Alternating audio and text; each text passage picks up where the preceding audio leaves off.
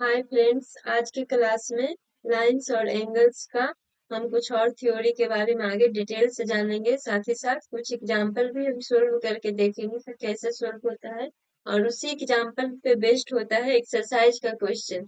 तो आज हम इस क्लास में एग्जाम्पल सोल्व सोल्व करेंगे, और तब तक आप लोग एक्सरसाइज का क्वेश्चन बनाइएगा। फिर नेक्स्ट क्लास में हम लोग सारे एक्सरसाइज के क्वेश्चन का सॉल्यूशन देखेंगे। तो आज सबसे पहले तो कुछ थ्योरी के बारे में जान लेते हैं। प्रीवियस क्लास में भी थ्योरी के बारे में ही पढ़े थे, आज थोड़ा सा थ्योरी और बच गया है तो उसका हम डिटेल्स में देख लेते हैं। पहला क्या कह रहा है, एडजेसेंट एंगल पढ़ लिए थे, लीनियर पेयर एंगल भी पढ़ लिए थे, तो उसी के आगे अब कुछ पढ़ना। तो एक जियो में 6.1 है। एक जियो में हम क्या बताए थे क्विज ज्योमेट्री में, मतलब एक यूनिवर्सल ट्रूथ होता है जिसको कि हम पूरे मैथमेटिक्स में कहीं भी यूज कर सकते हैं। तो ये कह रहा है जियोम, क्या कह रहा है कि if a ray stand on a line then the sum of two adjacent angles so formed is 180। हम लिनियर पेयर ऑफ एंगल के बारे में भी यही पढ़े थे कि सबसे पहले तो देखो एडजेसेंट एंगल, एक फिगर दिया हुआ है, ये 125 और 55 एक दोनों एडजेसेंट एंगल है। सबसे पहले एडजेसेंट एंगल के बारे में देखते हैं। तो एडजेसेंट एंगल क्या होता था, जैसे एडजेसेंट एंगल कहने का मतलब तीन तीन चीज होता था एडजेसेंट एंगल कहने का।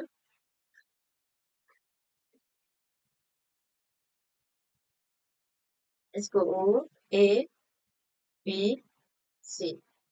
अब देखो एंगल इस पे ओ ए बी, मतलब ए ओ बी हमेशा वर्टेक्स को बीच में रखते हैं, तो ए ओ बी हो गया। दूसरा एंगल क्या बना, बी ओ सी। और एक होल एंगल मतलब ये दोनों को ऐड कर देंगे तो एक पूरा एंगल क्या बना, एंगल ए ओ सी। अब हमको एडजेसेंट एंगल के लिए क्या था, सबसे पहले तो वर्टेक्स, जो वर्टेक्स होना चाहिए वो कॉमन होना चाहिए। दूसरा में था कि वन आर्म कॉमन होना चाहिए। आर्म किसको बोलते थे, रे को, जिस रे से एंगल फॉर्म होता था, उस जितने रे से एंगल फॉर्म हो रहा है वो सबको आर्म बोलते थे। और तीसरा क्या था, जो नॉन कॉमन आर्म है, non common arm are in opposite direction, common arm मतलब कॉमन आर्म के अपोजिट डायरेक्शन में होना चाहिए। ये तीन प्रॉपर्टीज क्या था, कोई भी दो एंगल को एडजेसेंट होने के लिए। तो अब पहले ये दोनों एंगल में मतलब एंगल एओ बी को देखेंगे और बीओ सी को देख रहे हैं। तो दोनों में वर्टेक्स जो है वो है, तो देखो तो एओ बी में भी वो आ रहा है और बीओ सी में भी वो आ रहा है, तो कॉमन है। इस एंगल दो लिखेंगे, इससे ही हमको पता चला कि बीच में जो एंगल वर्टेक्स है वो दोनों कॉमन है। तो कॉमन वर्टेक्स पहला प्रॉपर्टी तो पूरा कर लिया। अब दूसरा प्रॉपर्टी में एक आर्म कॉमन होना चाहिए, तो इसमें देखेंगे ऐसा कोई आर्म कॉमन है। आर्म मतलब रे, तो रे को दो दो पॉइंट से हम ए बी से रिप्रेजेंट करते थे। देखो तो इसमें क्या है, ओ बी जो है, एक क्या है ओ और बी।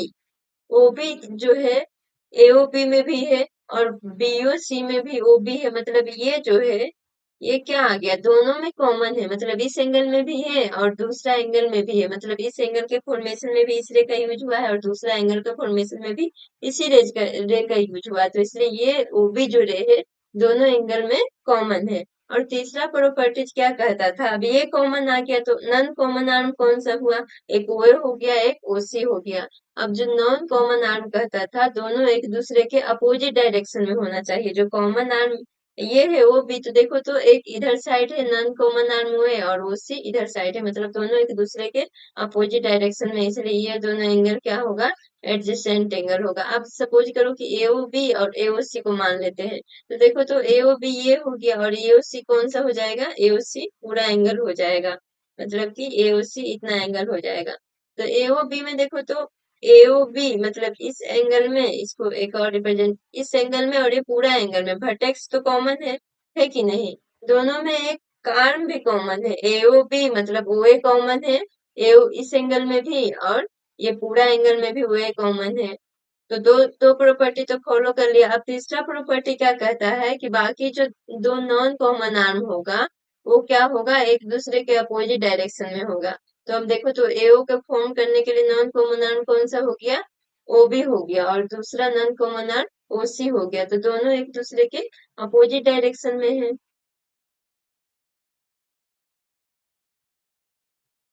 दोनों एक दूसरे के अपोजिट डायरेक्शन में नहीं है, मतलब कि जो ओ ए कॉमन आर्म हो गया, तो अब देखो तो ओ बी और ओ सी दोनों इस डायरेक्शन में भी है, तो इसलिए ये दोनों एंगल या फिर ये दोनों एंगल एडजेसेंट नहीं होगा। तो ये तो एडजेसेंट एंगल पढ़ लिए थे।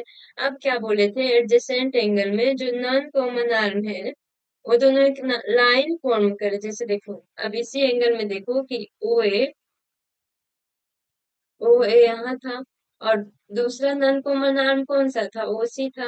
तो ओसी इधर आ गया, मतलब कि यहाँ ना होकर के इस डायरेक्शन में आ गया, एक लाइन फॉर्म किया।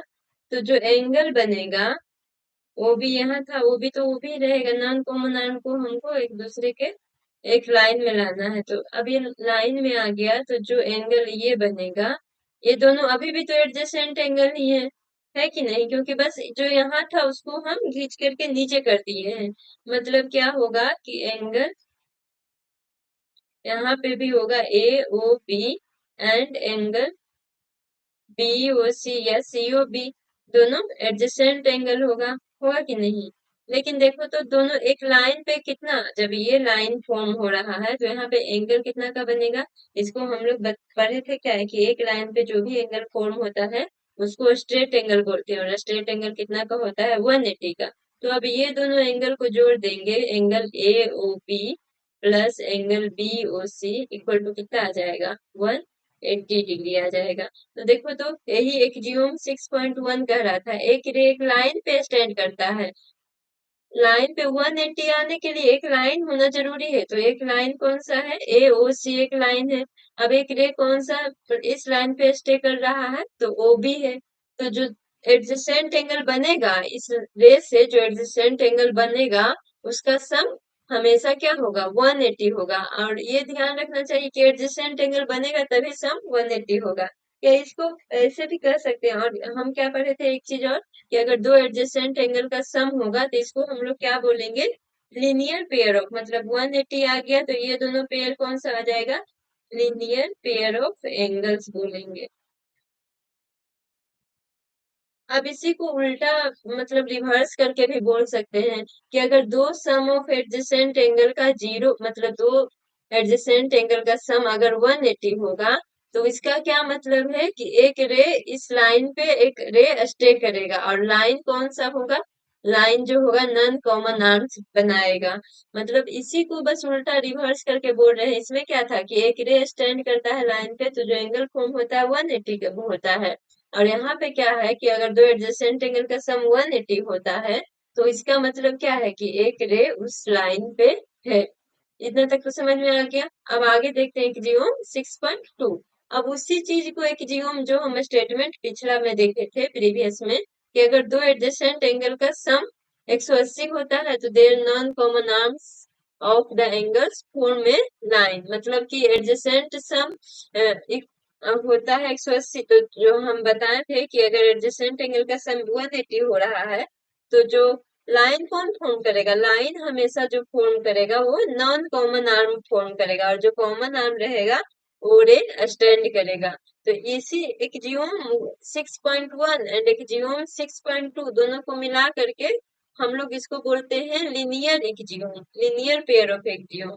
क्या बोलते हैं? एक्जियोम 6.1 एंड एक्जियोम 6.2 दोनों को लीनियर पेयर ऑफ एक्जियोम बोलते हैं, क्योंकि दोनों में लीनियर पेयर ही बन रहा है। एंगल हमेशा क्या हो जा रहा है? 180। तो इतना तक थ्योरी था। अब इसी थ्योरी का जितना भी हम पढ़े हैं एक्जियोम, या फिर पहले से डेफिनेशन पढ़े हैं एंगल्स वगैरह का, उसी का हम यूज करके अब क्या करेंगे कि क्वेश्चन बनाएंगे। क्वेश्चन बनाने से पहले थ्योरम बनाएंगे। एक जियोम और पोस्टुलेट होता था जो यूनिवर्सल ट्रूथ होता था, उसको प्रूव करने का जरूरत नहीं पड़ता था। लेकिन थ्योरम जो है उसको हम लोग जो यूनिवर्सल ट्रूथ है, एक जियोम और पोस्टुलेट, ये दोनों का यूज करके हमको प्रूव करेंगे। मतलब कि अगर कोई थ्योरम भी एक स्टेटमेंट है, उसमें कहेगा कि थ्योरम में अगर कुछ कह देगा तो हमको थ्योरम को प्रूव करना पड़ता है कि वो सही है कि नहीं है।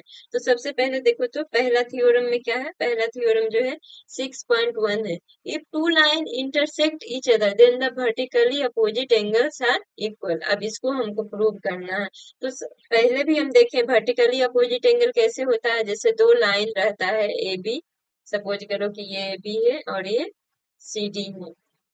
तो हम क्या बताते हैं कि जो सेंटर पे मतलब जहां सबका एंड पॉइंट होता है वर्टेक्स पे, अगर इधर एंगल बनेगा तो ये एंगल इसका अपोजिट का मतलब कि अगर ऊपर एंगल बन रहा है तो नीचे वाला एंगल इसका वर्टिकली अपोजिट एंगल कहलाएगा। अगर राइट में एंगल लेफ्ट में एंगल बन रहा है तो इसका राइट वाला एंगल वर्टिकली अपोजिट एंगल कहलाएगा।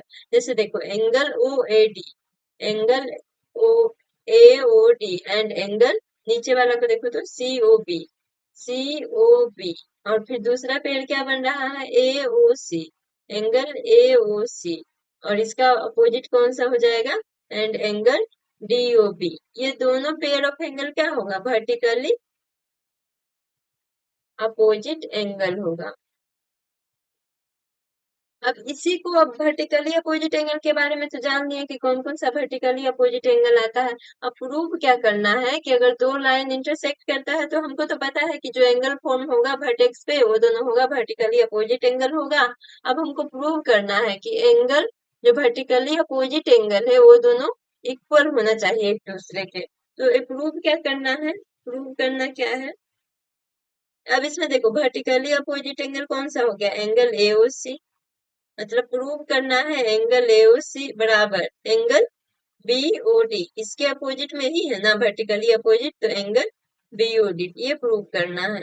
और दूसरा में क्या प्रूव करना है, एंगल, अब ऊपर वाला एंगल को देखो, ऊपर वाला एंगल कितना है A O D, angle A O D equal to आना चाहिए एंगल बी ओ सी के, आना चाहिए, इतना आना चाहिए।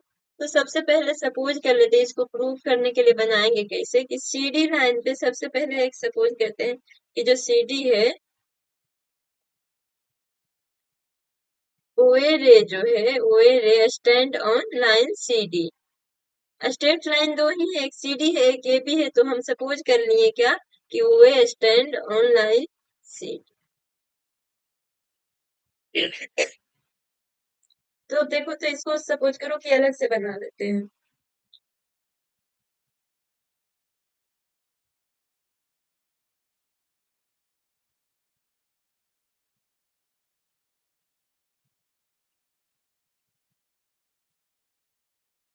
तो देखो तो ये सीडी पे एक रे कौन सा है, ओए है। तो अब जो ए है एक लाइन है, इसी का हम एक जियोम 6.2 के हम क्या पढ़े थे कि अगर एक लाइन पे एक रे स्टैंड होगा तो दोनों के तरफ का सम 180 होगा। मतलब क्या कि अगर ये एक लाइन हो गया, इस पे एक रे स्टैंड कर रहा है तो ये जो एंगल एडजेसेंट एंगल बनेगा उसका सम 180 डिग्री होगा। तो अब हम इसको लिख सकते हैं angle A O C plus angle A O D equal to कितना आ जाएगा, 180 आ जाएगा।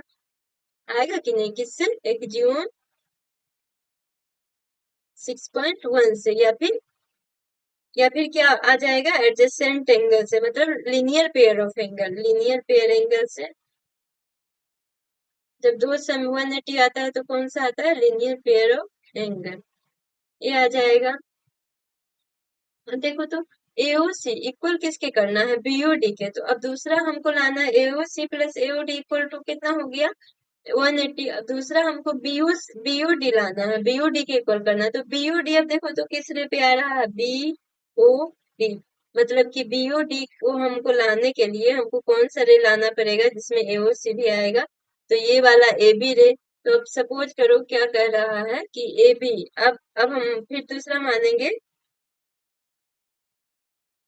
इतना बनाना नहीं है, हम बस समझाने के लिए बनाते रहे हैं कि अब दूसरा सपोज करो कि दूसरा लाइन ए बी है, तो इस पे ओडी क्या होगा, ओडी एक रे स्टैंड करेगा। तो अब जो यहाँ पे लाइन, यहाँ पे जो एंगल फॉर्म होगा, जैसे देखो एंगल कौन कौन सा फॉर्म आ रहा है, angle A O D plus angle B O D equal to 180 degree है। इसको हम 1 मान लेंगे इक्वेशन, इसको इक्वेशन टू मान लेंगे। अब देखो तो दोनों इक्वल है 180 डिग्री के, 180 डिग्री के। तो जो हम पढ़े थे क्या कि अगर दो चीज आपस में इक्वल होगी तो वो एक दूसरे के भी इक्वल होगी, मतलब कि इसका RHS 180 है तो LHS भी इक्वल होगा। तो देयरफॉर हम क्या लिख सकते हैं, angle AOC plus angle AOD equal to angle AOD plus angle BOD। अब देखो तो एओडी एओडी नहीं लग रहा कि यहाँ से कैंसिल हो जाएगा, कैंसिल हो जाएगा। या फिर हम क्या बोले थे कि अगर कोई भी दो इक्वल पार्ट में अगर इक्वल जुटा रहेगा तो वो दोनों हमेशा इक्वल होगा। तो अब इसको उल्टा, तो मतलब कि इसमें जुटा हुआ जो है इक्वल इक्वल, एओडी इसमें भी जुटा है, एओडी इसमें भी जुटा है। मतलब जो अब क्या है, एंगल एओसी, या तो मान लो कि दोनों तरफ कैंसिल हो गया, एक तरफ लाएंगे तो दोनों ही कट गया, तो एंगल एओसी बचेगा क्या, एंगल बी ओ डी, ये बचा। तो इस तरह से यही तो प्रूव करना था, प्रूव क्या करना था, angle AOC equal to angle BOD. तो ये प्रूव हो गया मतलब है। तो इसी तरह से उसका उल्टा भी अपोजिट रे ले लेंगे तो सिमिलरली, बस एक प्रूव कर देंगे और उसी के जैसा रहेगा तो हम लिख देंगे similarly angle AOD equal to angle BOC। तो इस तरह से हम देख रहे हैं कि जो वर्टिकली अपोजिट एंगल है वो दोनों एक दूसरे के बराबर हो रहा है। और आगे हम इस थ्योरम का यूज करेंगे जब हम क्वेश्चन बनाएंगे एक्सरसाइज का, तो हम इसी थ्योरम का यूज करेंगे। हम इतना प्रूव नहीं करते रहेंगे कि कैसे इक्वल है, बस हम देखेंगे जहां पे दो वर्टिकली अपोजिट एंगल है वो दोनों एक दूसरे के इक्वल होगा। अब अगला देखते हैं, आगे हम एग्जाम्पल देखते हैं। पहला एग्जाम्पल जो है,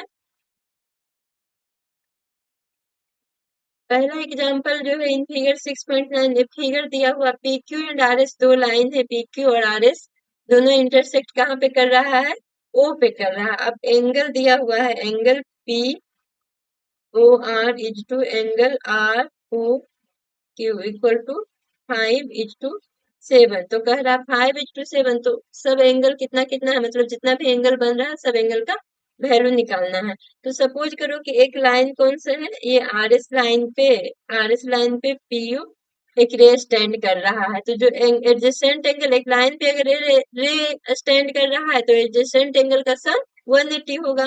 तो अब इसमें क्या लिख सकते हैं, कोण POR प्लस कोण POS इक्वल टू 180 लिख सकते हैं कि नहीं। तो अब देखो तो पीयूआर कितना है, POR 5:7 है। मतलब अगर आर ओ क्यू एक एंगल देख लेते, ROQ। अगर इसको ये उल्टा मान लिए हैं, इसको इस तरह से बनाने में थोड़ा लेंदी हो जाएगा, इसको हम लोग दूसरे प्रोसेस से दो जो एंगल दिया हुआ है हम उसी को मानेंगे। मतलब कि PUR दिया हुआ है और ROQ दिया हुआ है, तो PUR कितना हो जाएगा, ये रेशियो में दिया है तो एंगल PUR को हम कितना मान लेंगे, 5x, और एंगल ROQ को 7x मान लेंगे। तो देखो तो अब PUR और ROQ कहाँ है, यहाँ पे है। मतलब कि अब हम ये लाइन PQ लाइन पे हम क्या मानेंगे, जिधर से एंगल जो दिया था ना हम उसी को मान लेंगे, तब आसानी होगा, नहीं तो बहुत ज्यादा कैलकुलेशन करना पड़ेगा और लेंदी हो जाएगा। तो अब क्या है कि रे OR stand on line PQ।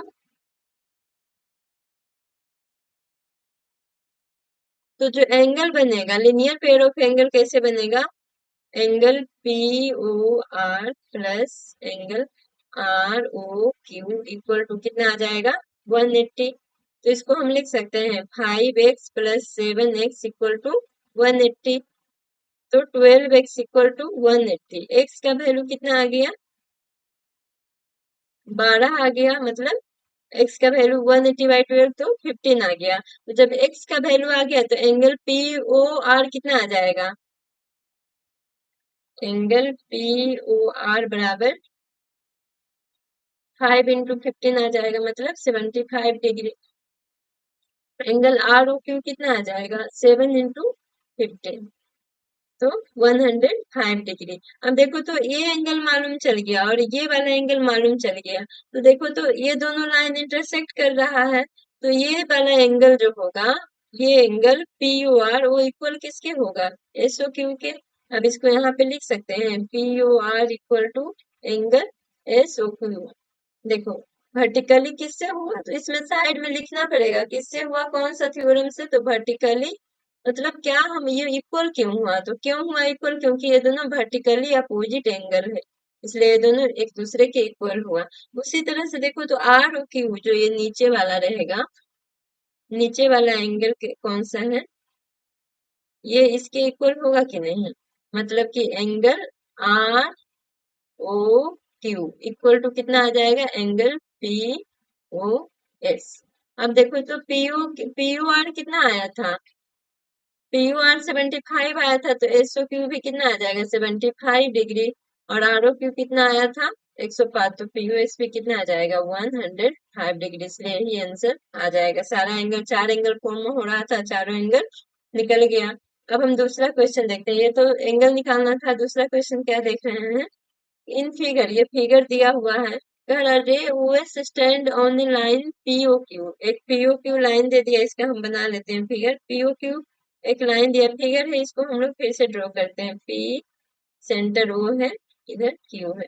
अब कह रहा है कि O R and P O Q ray O S stand on the line, तो ओएस कैसे स्टैंड कर रहा है, ओएस इस तरह से। अब कह रहा है पीओ क्यू पे एक लाइन, रे कौन सा स्टैंड कर रहा है, ओएस, तो देख लो, तो ये वाला जो एंगल बनेगा पीयूएस और एसओ क्यू, ये दोनों क्या बनेगा, एडजेसेंट एंगल बनेगा, क्योंकि लाइन पे एक रे स्टैंड कर रहा है। फिर कह रहा है कि ओ आर जो कह रहा है, O R and O T, तो ओ आर सबसे पहले बना लेते हैं। ओ आर कह रहा है कि एंगल बाइसेक्ट है, बाइसेक्ट मतलब इक्वल इक्वल पार्ट में, मतलब आधा आधा डिवाइड कर रहा है, किसका किसका है, तो ये जो है ओ एस जो है पीयूएस का एंगल बाइसेक्ट है, मतलब कि ए इक्वल हो जाएगा इसके, तो इक्वल के लिए हम डबल इक्वल इधर लगा रहे हैं, मतलब जहां जहां पे ये साइन है, ये दोनों ये सब इक्वल होगा, तो एंगल बाइसेक्ट करेगा मतलब आधा आधा करेगा, आधा आधा करेगा मतलब इक्वल होगा। अब दूसरा हम क्या देख रहे हैं, ओटी, ओटी क्या है, ओटी जो है एस ओ क्यू का, देखो तो OT are bisector of S O Q, तो अब एस ओ क्यू यहाँ है, तो इसका बाइसेक्टर, इसको आधा आधा में डिवाइड कौन कर रहा है, ओटी। मतलब कि जो ए एंगल बनेगा, ए एंगल बनेगा, ए दोनों एक दूसरे के इक्वल होगा, होगा कि नहीं, क्योंकि बाइसेक्ट करना मतलब आधा आधा में डिवाइड कर रहा है। अगर पीओएस दिया है, एंगल पीओएस, पीओएस कौन सा एंगल हो गया, ये हो गया, तो ये एंगल कितना दिया है, एक्स दिया है। तो यही क्वेश्चन, यही फिगर था, इसको हम लोग फिर से ड्रॉ किए हैं। तो एंगल दिया क्या है, गिवन, यहाँ पे लिखेंगे गिवन दिया क्या है, जो जो दिया रहेगा पहले लिखेंगे, P O S equal to X and O T, O R and O T are angle bisect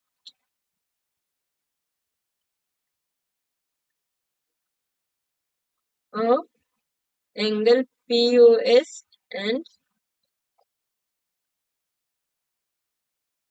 angle P O S and angle S O Q respectively. इतना दिया हुआ है, प्रूव क्या करना है, पता क्या, मतलब क्वेश्चन क्या, फाइंड क्या करना है, कौन, R O T equal to one. तो अब देखो तो सबसे पहले हम क्या देखे थे कि ओएस जो है पीओ क्यू पे लाई कर रहा है, मतलब क्या, जो पीओ एस ओएस लाइन को बस देखो, तो ओएस जो है पीओ क्यू पे बाइसेक्ट कर रहा है, मतलब इधर का जो एक्स एंगल बनेगा और इधर का एंगल बनेगा, मतलब कि angle PO S plus angle S O Q equal to कितना आ जाएगा, 180 आ जाएगा। कैसे आएगा, linear pair of angle, linear pair, बस इतना लिख देते हैं, लीनियर पेयर ऑफ एंगल आ जाएगा। अब पीयूएस को कितना दिया हुआ है, पीयूएस कितना है, एक्स है, तो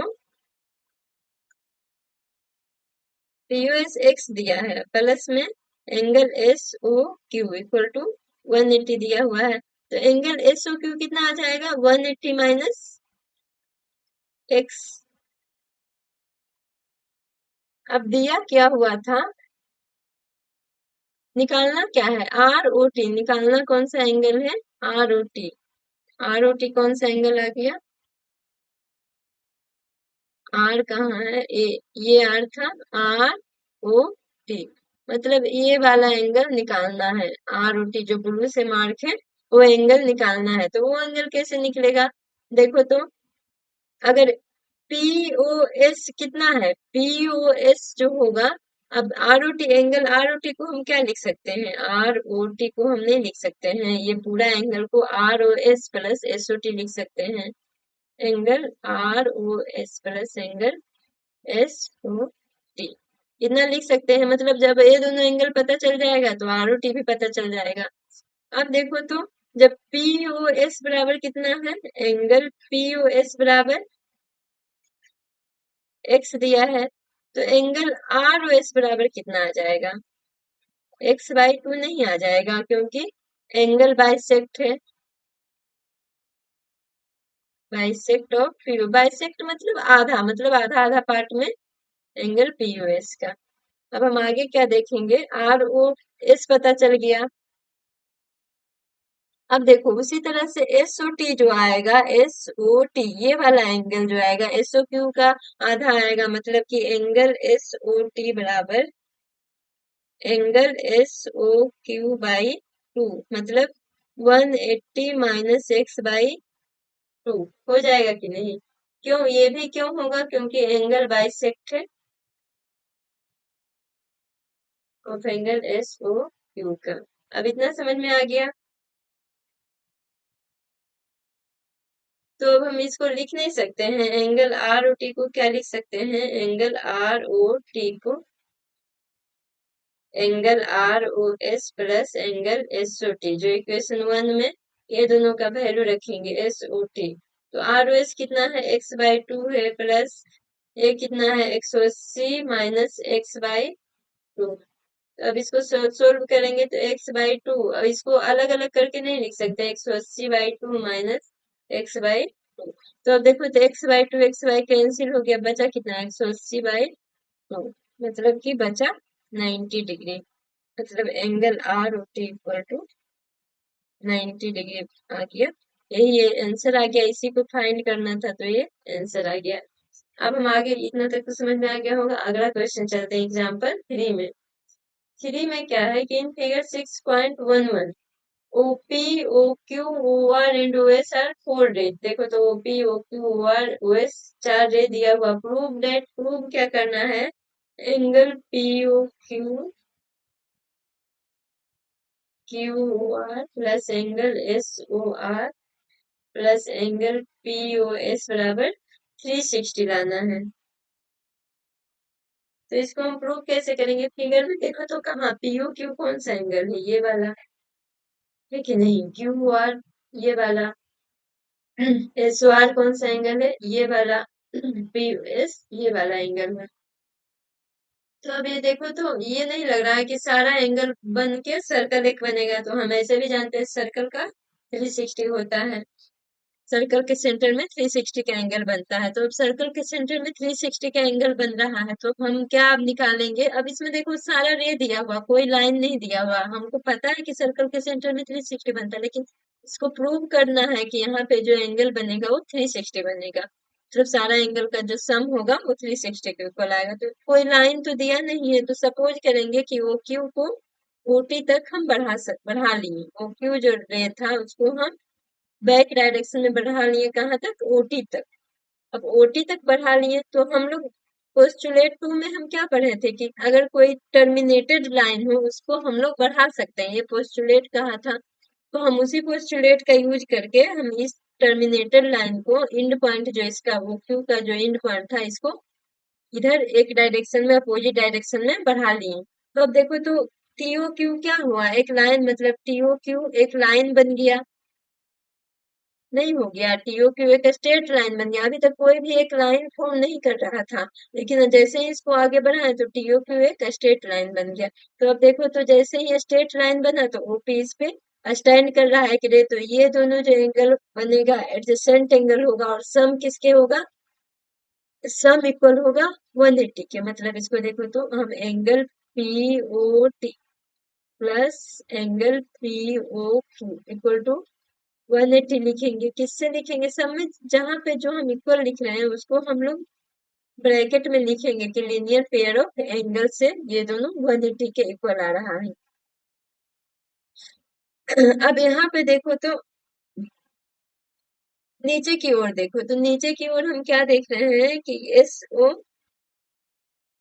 ए एंगल नीचे भी तो क्या है एक लाइन है नीचे के लिए भी तो टीओ क्यू एक लाइन है तो नीचे भी जो एंगल बनेगा एडजेसेंट एंगल वो कितना के इक्वल होगा 180 के मतलब कि इसको क्या लिख सकते हैं angle TO S plus angle S O Q बराबर 180 लिख सकते हैं कि नहीं ये भी लिनियर पेयर से हुआ।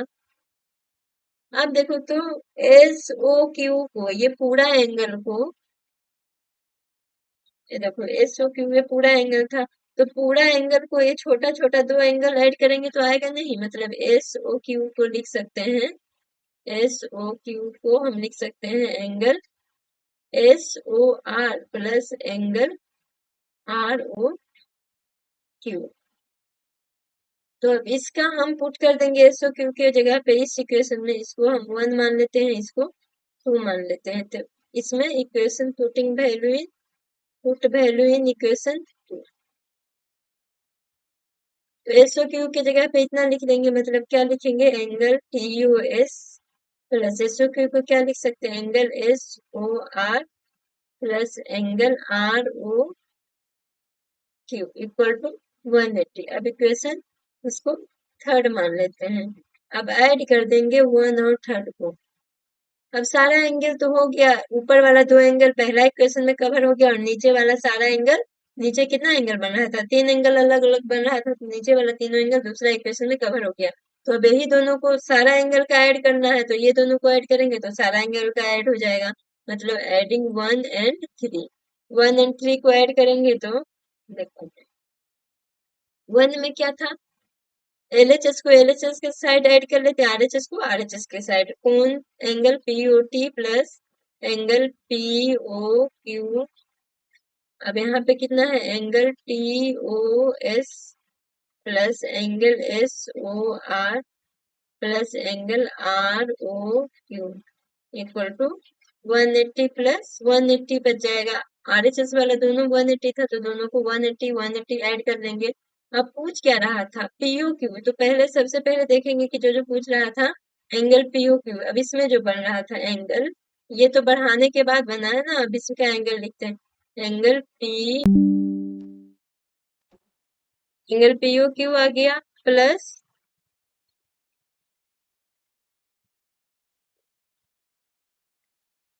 एंगल पी देखो तो एंगल पीओटी अब ये दोनों को एक जगह लिखेंगे angle P O T plus angle TOS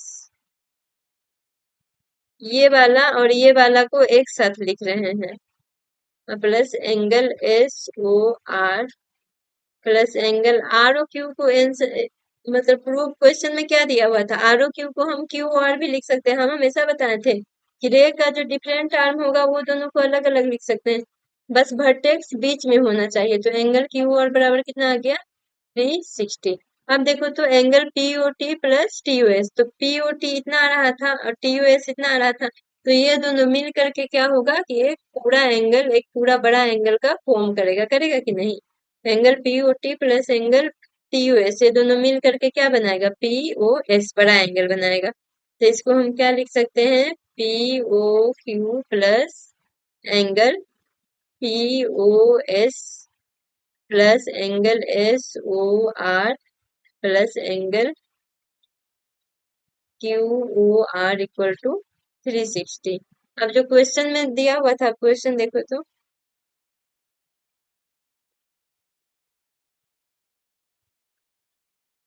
question में जो जो दिया हुआ था पीयूएस दिया हुआ था तो एंगल पीयूएस भी है एसओआर दिया हुआ था तो एसओआर भी है क्यूआर दिया हुआ था तो क्यूआर भी है पीओ क्यू दिया हुआ था तो पीओ क्यू भी है इसी को बस जैसे क्वेश्चन में दिया हुआ था उसी तरह से सजा करके हम लिख देंगे पीओ क्यू क्यूआर एसओआर पहले दिया हुआ था PO Q plus angle Q O R plus angle S O R plus angle P O S बराबर 360 ये प्रूव हो गया इसी को प्रूव करना था तो ये प्रूव हो गया कि ये ये चारों एंगल मतलब टोटल एंगल का सम इस तरह से 360 आ गया। आज के क्लास में इतना ही। अगले के क्लास में हम लोग एक्सरसाइज का एक एक क्वेश्चन का हम सॉल्यूशन देखेंगे, और उसके पहले आप लोग एक्सरसाइज को बना करके कंप्लीट कीजिएगा। अगर जो नहीं बनेगा उसका उसका सॉल्यूशन आप अगले वीडियो में देखिएगा।